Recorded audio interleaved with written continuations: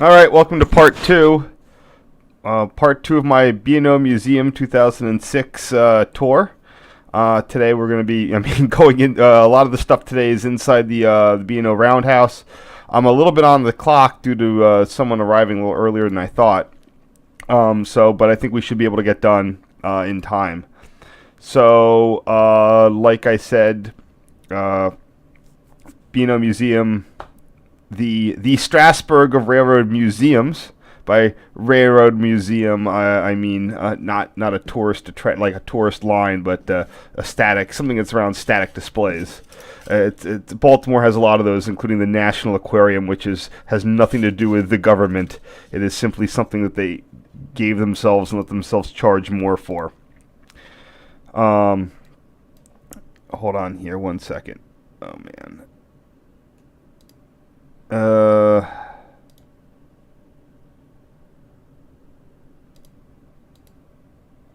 I have too many things going on here.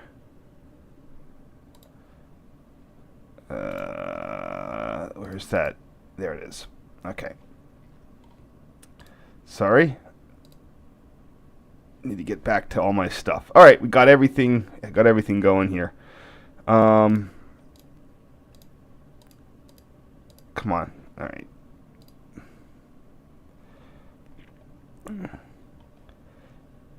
What the? Oh, it's some sort of high rail car. All right, good enough. Nice car. This is the sort of stuff. It's like, yeah, it's interesting that they saved it, but I'm not sure how from a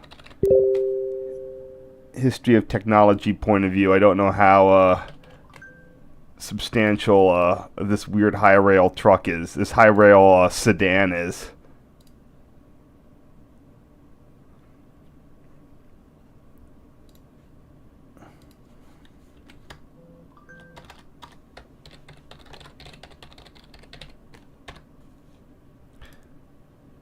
Not even sure if that appears on their thing at all.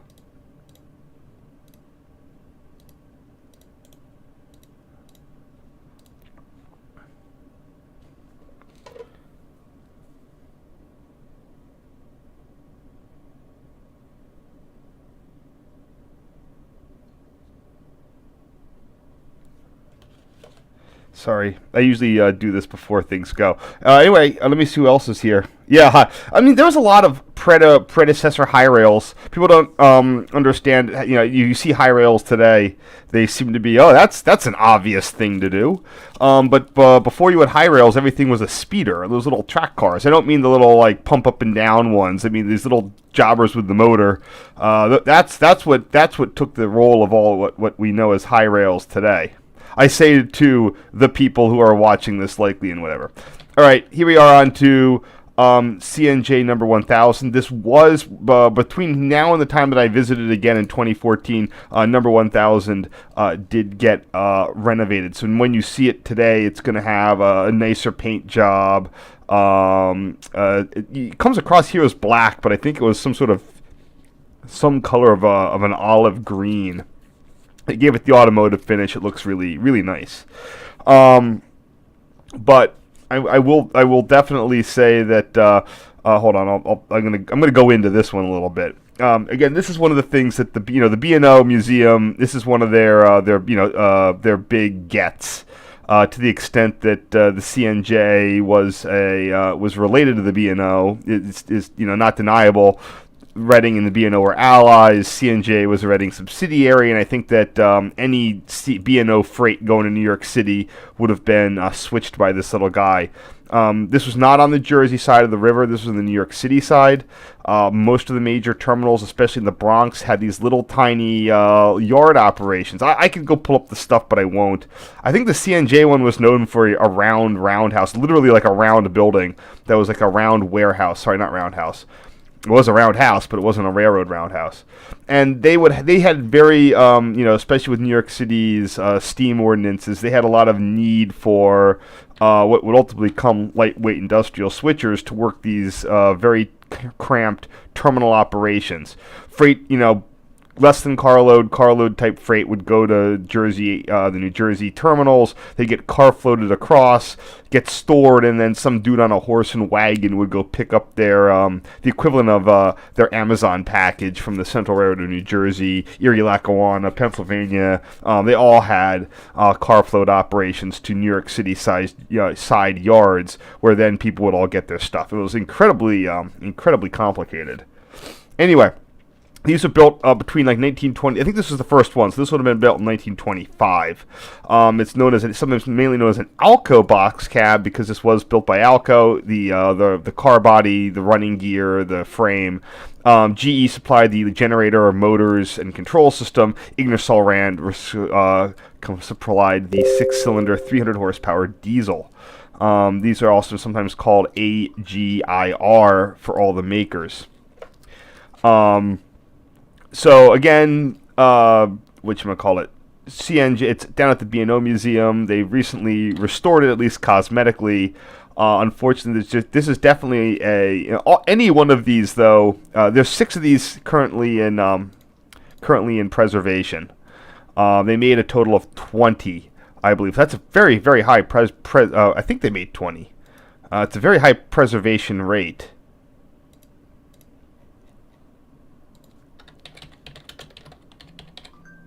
20 of this model of it. They had 3 subclasses. This is a very bare bones Wikipedia page as well for something that in theory are more fairly significant.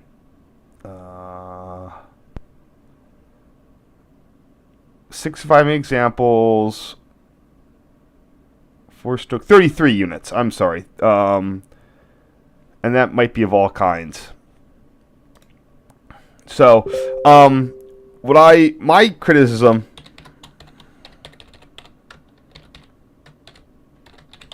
is that maybe not necessarily directed at the B&O Museum, but that these would be definitely possible to make operational, and it's a shame that no one has.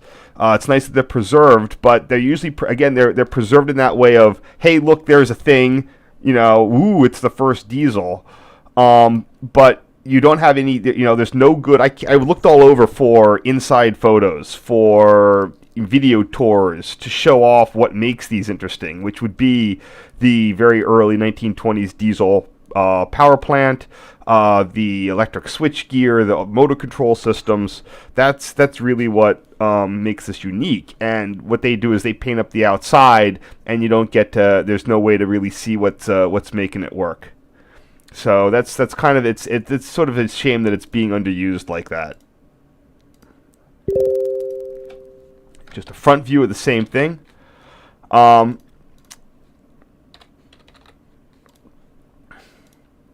It's interesting how both electrics and diesels had this box cab, this box cab mentality up through the mid 1930s, when more streamlined or more styled things. Now, of course, you had more streamlined in the case of the F unit, any of those road units in 40s and 50s, and then when you got to the road switchers, they're just like, well, why do we need besides a cowl type unit like an F40, they're just like, well, let's just have some catwalks on these things.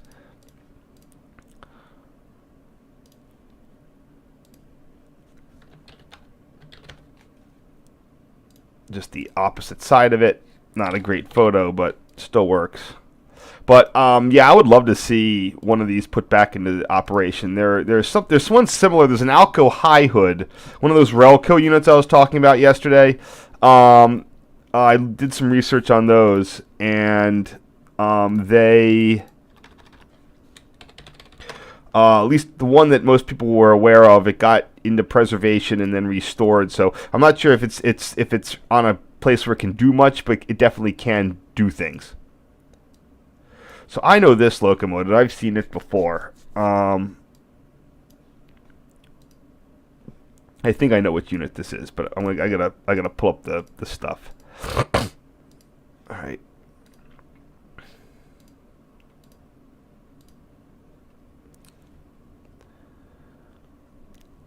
This is.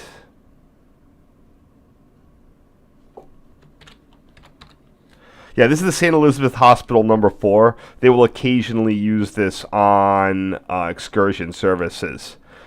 Restored operating condition in 2002, re-restored in 2005. I'll talk about that. And last operated in 2015. So what this is notable, despite being a little tiny tank engine, as it was built in 1950 for use at a hospital in D.C. to shift coal. I forget who. It's made by some porter thing. So it's just interesting that this is a very, very late locomotive. I have a photo of this elsewhere. I just have no idea how to find it.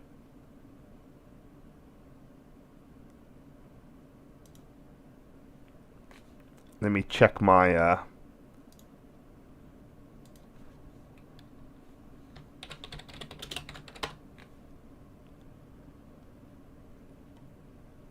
I can't even remember when... Oh, there it is. Whoa, 2006. No, this is not 2000. It'll be 2014. All right, I'm just calling this St. Elizabeth Hospital. All right, good enough. Cute little locomotive, though. It's just interesting that, you go back far enough when, because again, a lot of, there's this period of time, again, I always do these interesting ways, how to relate this to earlier ages of technology. This is from the time where you would have a lot of things were arranged in campuses, hospitals, mental hospitals, colleges, prisons, factories. And they would have a steam power plant to generate their power, electricity, steam, mechanical, whatever, if you pumping. And then they would have to have their own locomotive to shift the coal around. Just very interesting how, in this periods of time, how centralized things were. Due to the non-ubiquity of mains power. So here's the what I call the elephant in the room. This is the roof of the B&O roundhouse in, sorry, I was looking at some stuff in the UK there. So, but I never mentioned where the B&O Museum was, and I really probably should have. We'll do it in this other, in this sort of diagram here on Wikimapia that shows the railroad routes. All right, the railroad routes are in black. Today, what we know is the railroad through Baltimore is they comes up from the south, ducks and weaves around the Stadium District. There's Camden Yards Stadium right in there, and then you go through up the Howard Street Tunnel, underneath Howard Street, up through the city, curves around, climbs up the grade on the Baltimore Belt Line over to the far side of the bay. A major thing on Baltimore is just sort of hard to see up there. It's even hard to see here, but just the topography is not great. There's just a lot of up and down hills and channels. They're not insurmountable. It's not crazy, but it's definitely not something that an 1830s locomotive would not have enjoyed. So, but that's the way we know it today after numerous improvements in the 1890s, especially entering on Camden Yards. In the 1830s, the original B&O, when I say B&O, like literally the one that was going out to the Ohio because, why is the B&O in Baltimore? Why was the first railroad in Baltimore? I'm sorry, these are things I've neglected to go on yesterday. Baltimore has no river. I may have said this in another thing, but why does the B&O exist in Baltimore? Baltimore has no river. Philadelphia, it's got a river. It's got two rivers. It's got canals going in. You got canals to the boats. New York City on the Hudson, canals to the boats. Even D.C., canal, C&O Canal emptying out in D.C. Canal boats to the real boats. Baltimore's got no canals. It's got no river. I lived there for a while. It's got less river than you even think it does. It's got like what they call creeks. I mean, like not even what they call it. You would call a creek what they call a falls. It's a disaster. It's good for mills, not much else. You cannot make canal. It's just they don't have the water. That's why it's in Baltimore. The city had a great harbor, but no way to get goods in or out of the port. So that's, necessity is the mother of invention. So they invented their way with making a railroad. There's what they call the Old Main Line. Goes out to Pointer Rocks.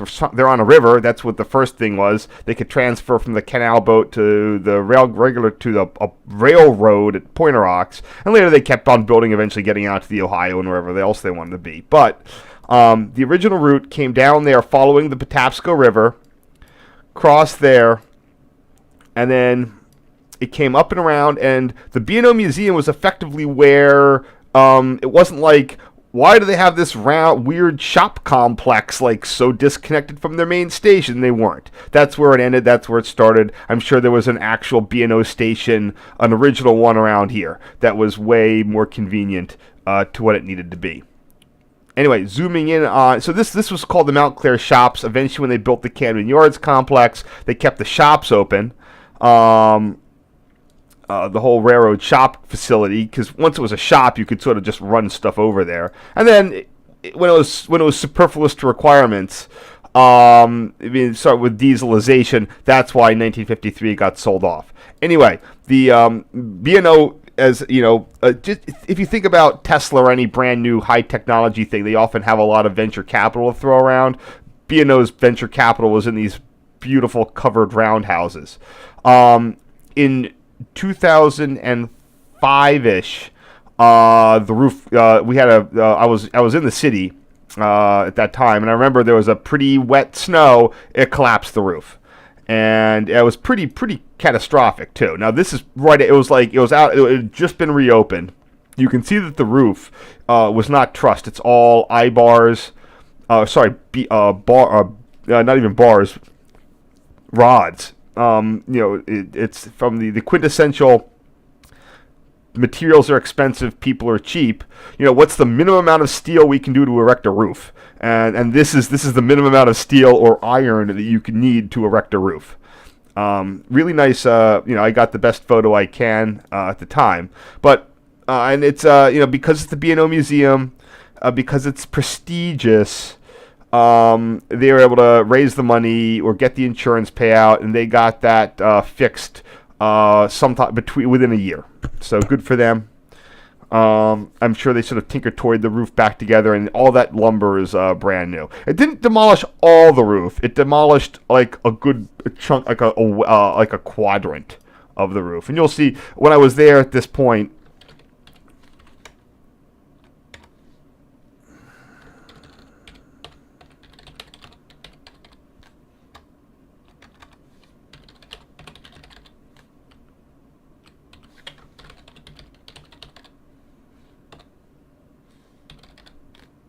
Sorry.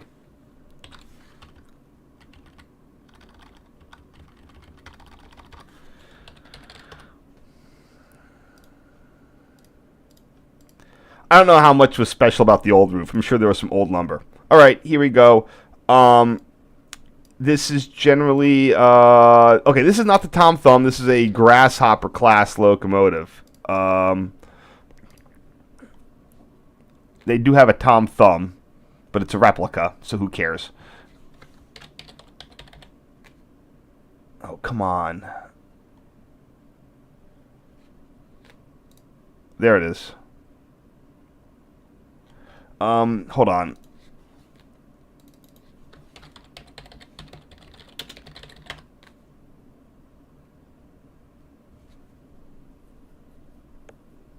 Grasshopper torpedo boat.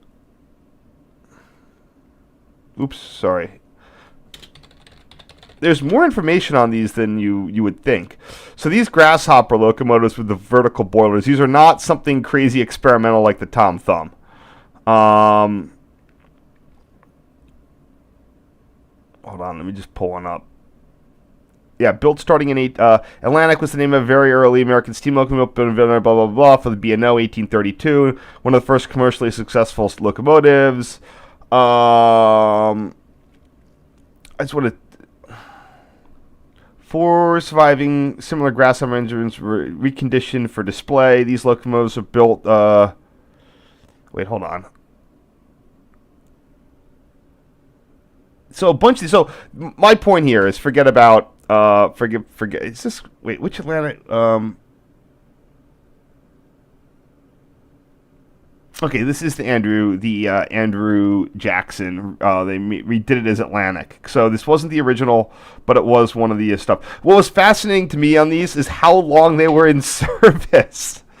Um, Former Andrew Jackson first exhibited in 1893, but no, these were in service. I had a photo of somewhere, of them like in the 20th century. Let's see, they were still running in the 1890s. And I could have sworn I saw a photo of one, like they were like a shop switch or someone, and it's somewhere, and it was ridiculous. Absolutely crazy how long these lasted. They're all riveted together. Like, I'm surprised they all just didn't have massive boiler explosions. But again, the B&O, this is when you have early adopter problems. The vertical boilers, because with the vertical boiler, you could do. They were designed to go wrong with the beam, the up and down beam style, and steam engines. A lot of that stuff coming back from James Watt used a vertical cylinder, making a beam go up and down. And here, the up and down beams are moving to drive the wheels. This is number Andrew Jackson.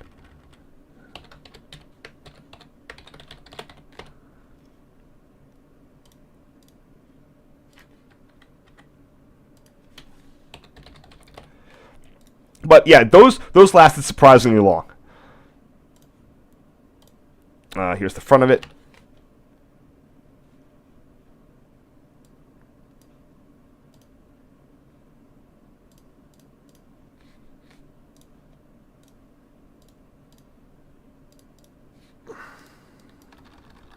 Oops.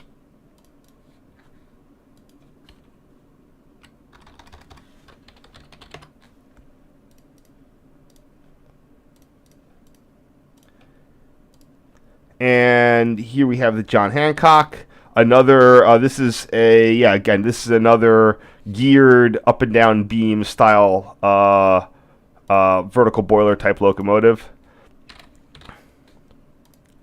That's another interesting thing. Like, I love, in some cases the old stuff is great, but a lot of museums will focus on the very oldest as opposed to stuff that might be newer but literally has had way more technical wizardry.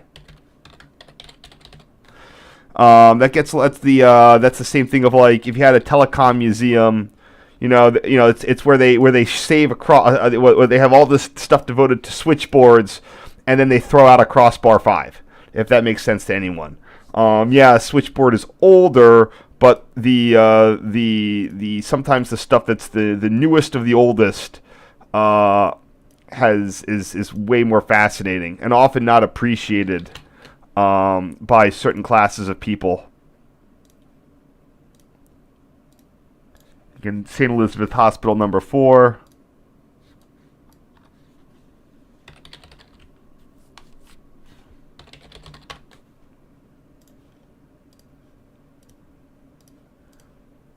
All right, that's our first set.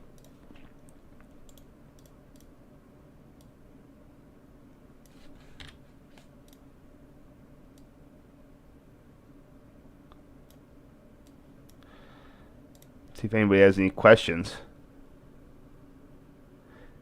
Hello, thanks for joining. Yeah, it said you have to go to the museum. As much as I will throw shade on the B&O Museum for being expensive, overly focused on museum, like on stuff that appeals to the kids, and any number of other criticisms, you still gotta go.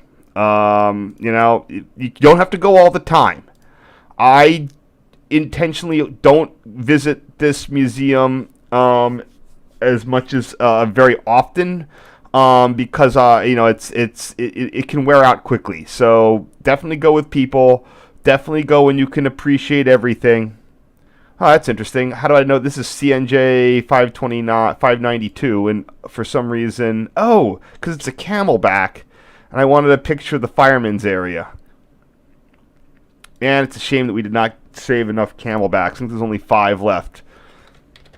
It's crazy how the ICC banned new construction of Camelbacks, but they were being used well into the 1940s.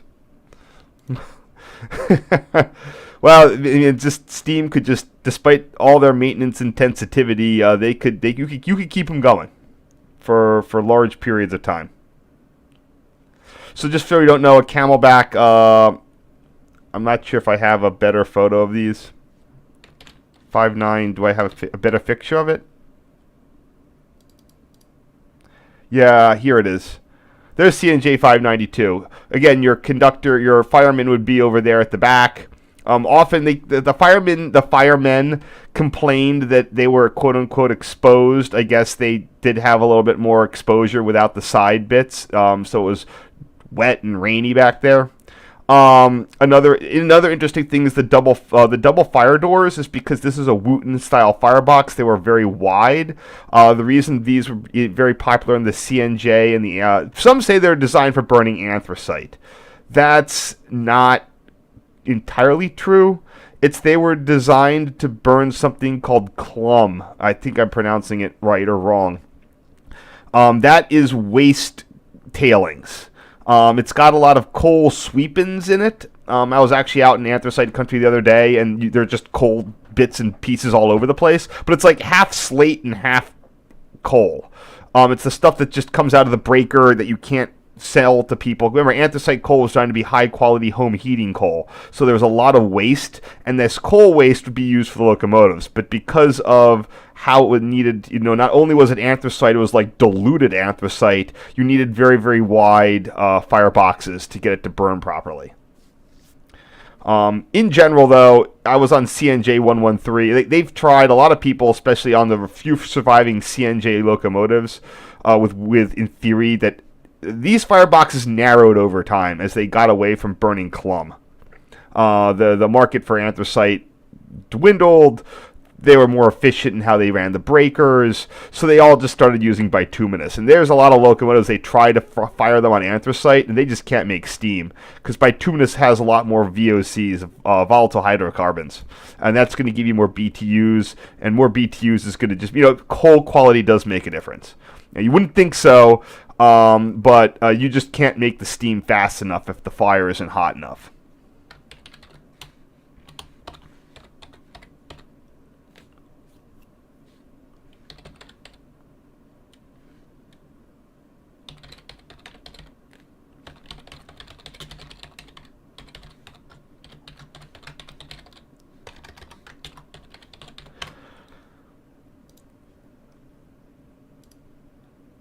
Oops. No. Damn it.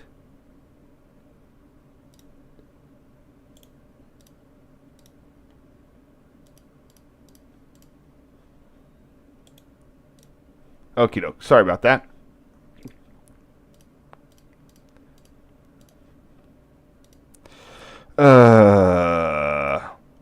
This is some stupid World War I boxcar. This is the crap. This is the crap. I mean, I know it has to be inside, but it's some weirdo victory boxcar from World War I, and I'm sure it was totally like donated. This is totally a thing that like the B&O like dumped in the museum, got rid of in 1953 because they were sick of holding on to it. And yes, it's interesting. It's a thing that should not be destroyed, but from like a technical, like no one cares about this. I feel like I'm such a down, like a Debbie Downer, but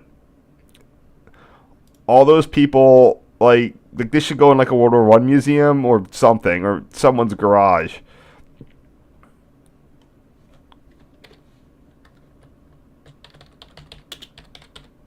No, I don't even know what that. Oh, that's what I wanted to see what I named it before.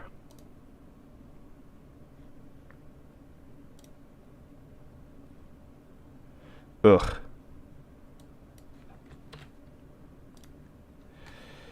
Where are we? Okay.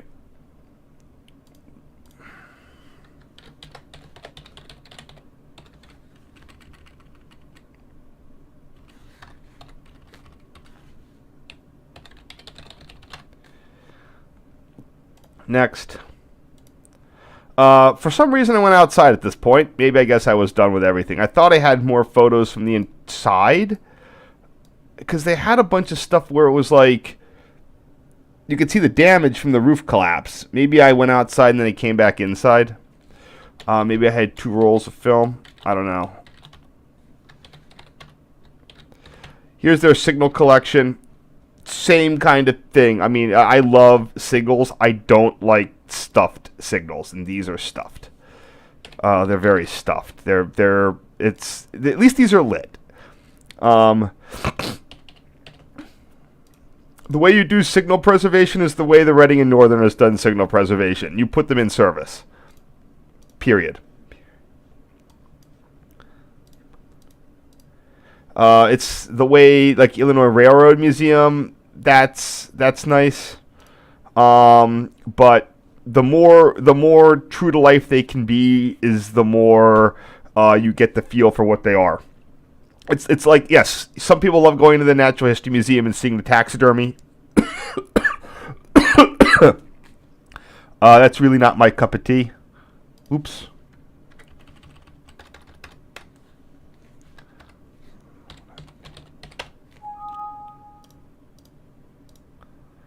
Sorry.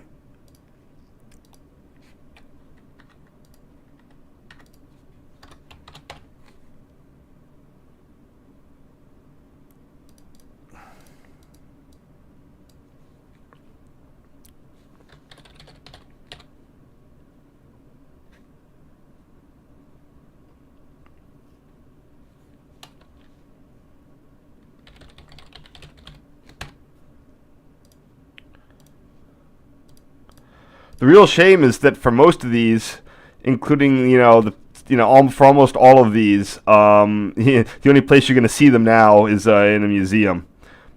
Although Amtrak did install a brand new CPL dwarf at Baltimore Penn Station. Not sure when these would have been put in, because when this museum was built, of course, all of these were just, they weren't needed to be a museum. They were just what existed. So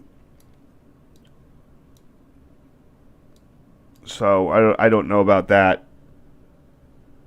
I'm pretty sure this is a C&O displaying restricting.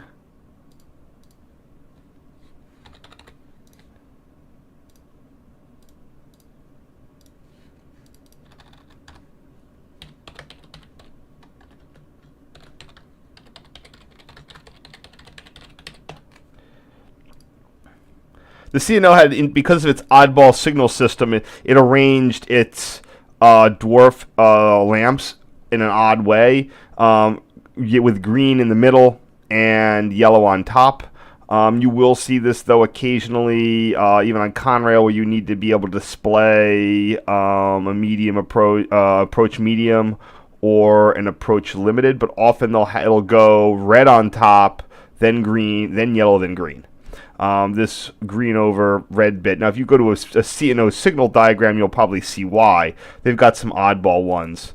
Let me see if I can find one.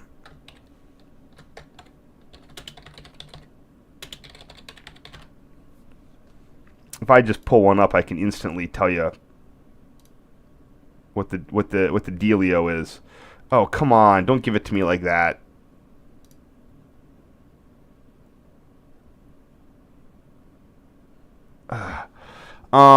I can just take a look. What needs it? Yeah, I can't tell why they would have needed to put that one in there.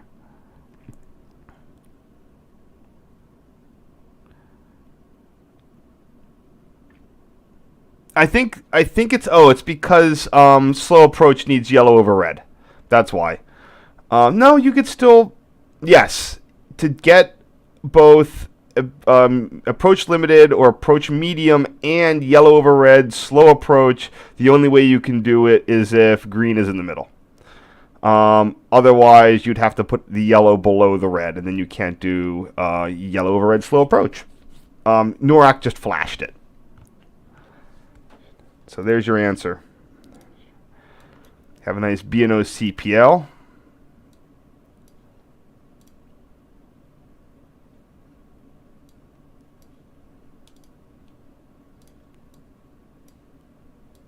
Dwarf.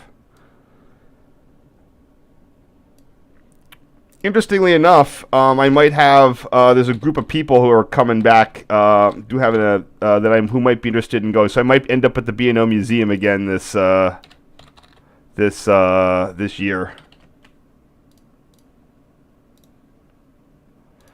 Note, while most of these were made by General Railway Signal, the ones for the Chicago Union Station were made by Union Switch and Signal, and they were the last vendor after GRS dropped it. I'm not sure you can still buy it. I know some people who actually bought one from US&S. It was pretty expensive, too.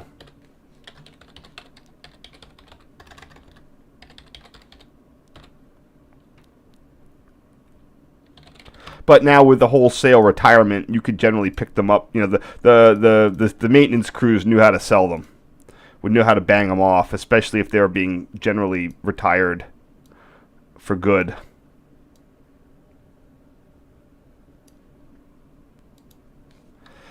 Now this, I will say one thing here.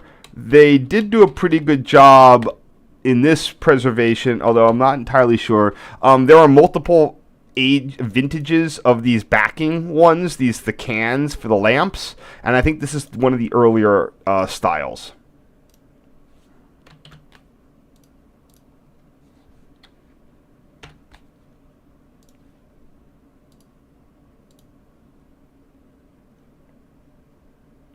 One second. Yep, I knew that was going to be a problem.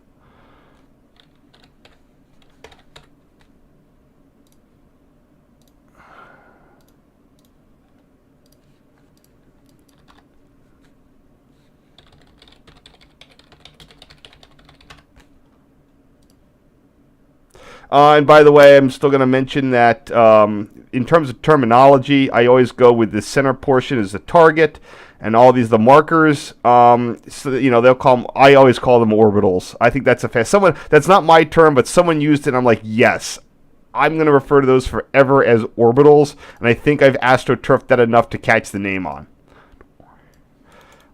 Because they are a form of marker light, but generally.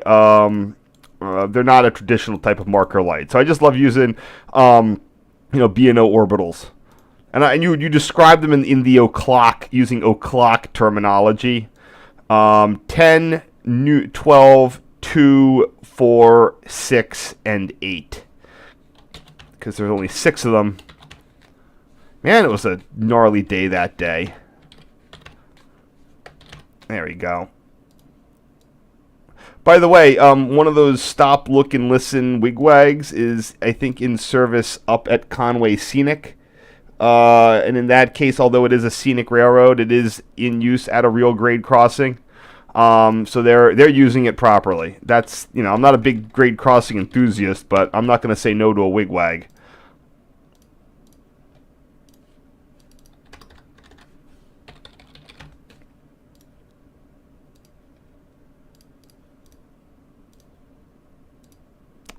Western Maryland, number 81, the the not very successful but very, very influential EMD BL2 type locomotive, BL standing for branch line. I'm sure many of you have heard the story with this and how it was the progenitor of the later GP series. One of the issues with this was branding. Labeling as something as being for branch line operation, something that was generally considered to be a money loser. Railroads did not, when they heard branch line, they did not see this as something that would save them money on their branch lines. They saw it as something that would be wasted when they shut the branch lines down. The GP series sort of got rid of that connotation. The other thing to make a note of that these were a lot harder to access the internals than a Jeep. Jeeps, you're on a catwalk, you open up a door. This kind of, I'm not sure, it's like, yeah, you've got the bi-directional visibility, but I forget if you have to go through this internally, or you have outside doors, or both of them just don't work very well.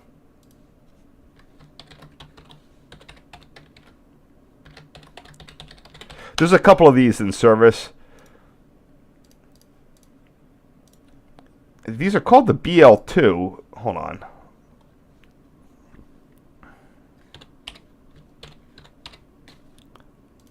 Yeah, is there a BL1? 59, wow. Oh, there's a single BL1. Okay, there you know. What would these have? They had a 567B, so they're not completely ancient. C&O had 14. Western Maryland had 2. And everybody knows the Bangor and Aroostook. They used them operationally for quite some time. Lacked full-length walkways. Industrial designers tried to build a carway. High-class passenger trains. The design never became popular. Blah, blah, blah. Incidentally, the GP7 was not named because it was the 7th one. It was because it was based on the F7.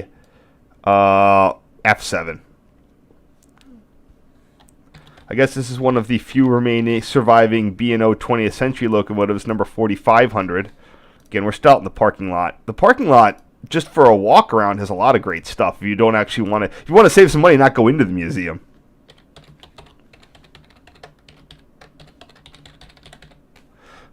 This is a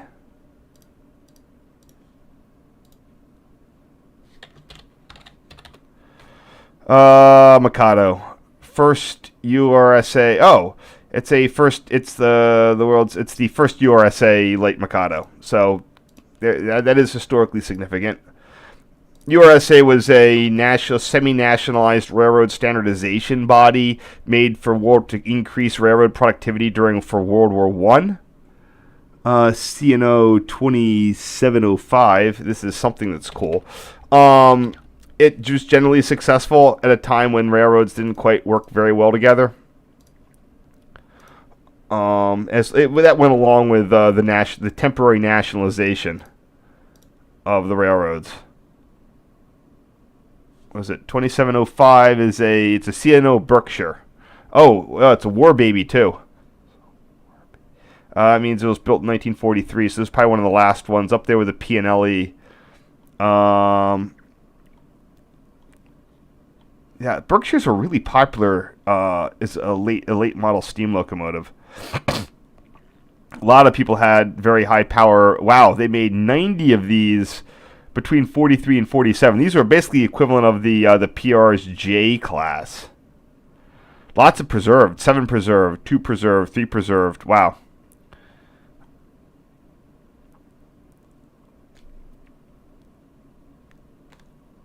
What's those New York? Of course, the best ones were those PL&E A2 classes. Those were monsters.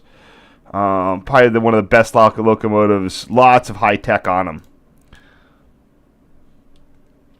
When I say high tech, like things to make them to get you from 8% efficiency to 10% efficiency. Oh, they were so inefficient.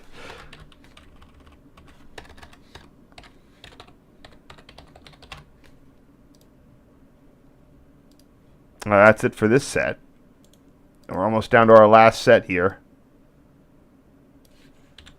Remember, I'm around all week this week. Tune in tomorrow. I'm going to bite the bullet and we're going to do the Boston stuff. Uh-oh, I've got some non-museum photos here. Those are going to be tough to deal with. So, for some reason, I don't have photos of the... Oh, crap. My friend's here. I might have to go let him in. Hold on. I apologize for the slight delay. You're going to see some dead air here. Hold on, right back.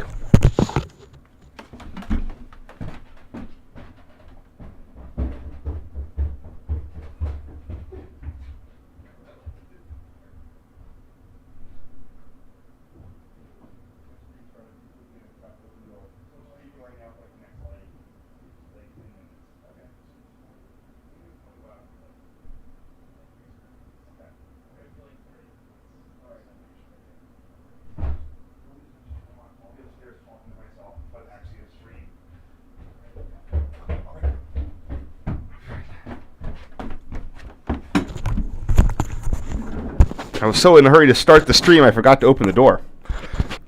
All right, here we have C&O 1309. This guy is... Man, I love C&O is really good with their preservation. I suspect it's because they were using steam quite a bit later.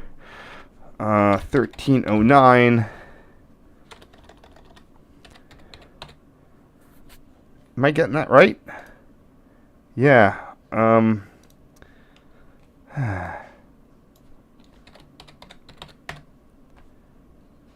Oh, wait. Oh, it's at Western Maryland now. I think that I guess it's operational.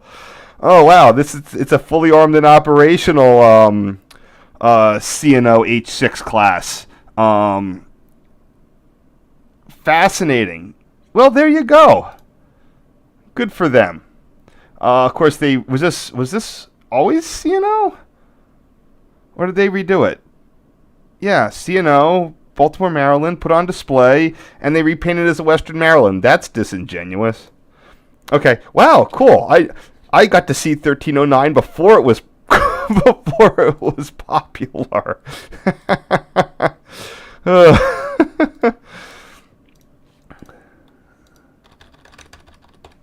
That's pretty cool. I was wondering why it's not there anymore.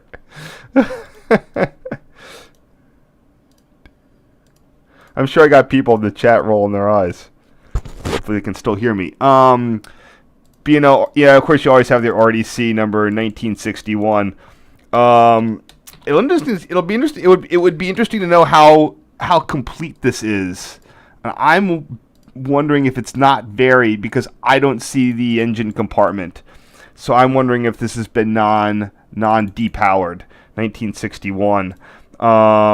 Because the parts for these are becoming increasingly hard to source. Andy Muller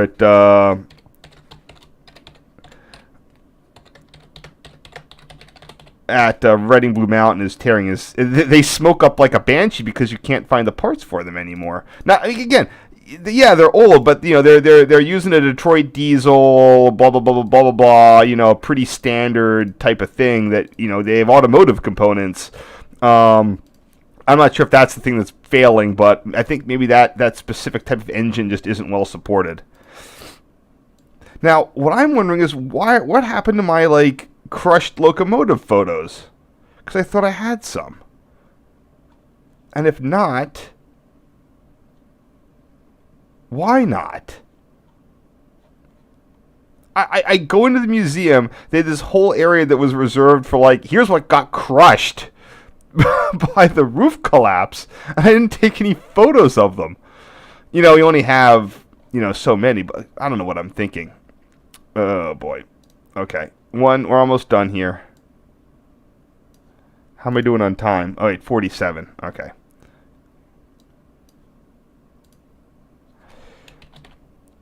Just a quick thing. Now, I might just call it an early night. I know I have a couple of NEC photos. Let me see what I can do with them, but I did not give myself any hints as to where they are. So that would just be me trying to figure that out. So might just call this a night, but let me just see what I can do here. I have 4 photos. I sort of know where these are. They're south of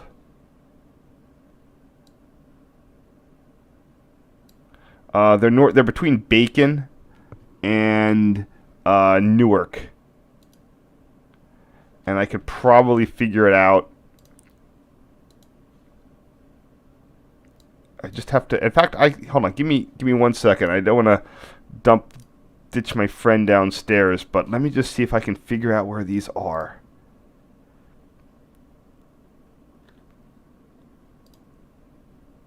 Elkton, Bacon,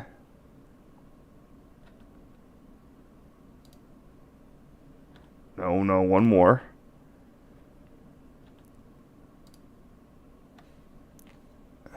They don't show overhead bridges on this, or do they? I think I know which one these are. Yep, I know where that is. This is the milepost. Someone telling me in the chat, someone recognize them? That's the NEC signal 46.7 at Little Elk Creek. So I can get that one. So I took all these about the same time. So this is 46.7. This is about milepost 47. Okay, I just got to figure out how I do my NEC. I always forget how I do this. Come on, where are you? Oh, I have nothing pulled up. Oh, maybe did I reset the machine? Probably. All right. I'm gonna do these later. They're just nice sunset photos in the back of an Amtrak train. It's just gonna be me trying to figure out where they are.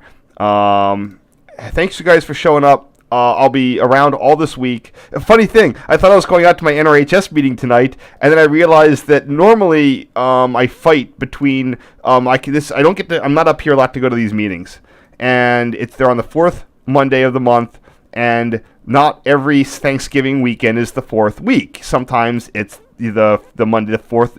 Sometimes the Thanksgiving thing will be on the fifth Monday week, and I won't get to see the meeting. But usually, it's either the fourth or the fifth. So I'm like, oh, I'll go out to the meeting today. Then I realized that somehow it's not the fourth Monday; it's the third Monday of the month on the Thanksgiving week. I didn't even know that could happen. So I went down there. The building was empty, and I'm like, where am I? I don't know. Anyway, thank you guys for showing up. I was about to go try to figure out where those Amtrak photos were. These blurry night shots, and where they were is in the vicinity of the milepost 46.7 intermediate signals. See that one there, and that curve. All three of these in the same location. I'm leaving someone waiting. I will go finish these myself. But I was able to track it down because these are the 1992 diagrams.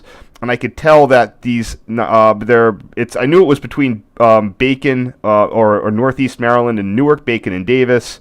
Looking at all the things, this one is the only one that's split because it's around an overhead bridge. So in this one, this picture, I can identify it because there's only one set of signals. If it was a bidirectional, you'd see the other ones for the opposite direction. They didn't do that because they'd be obscured by that overhead bridge.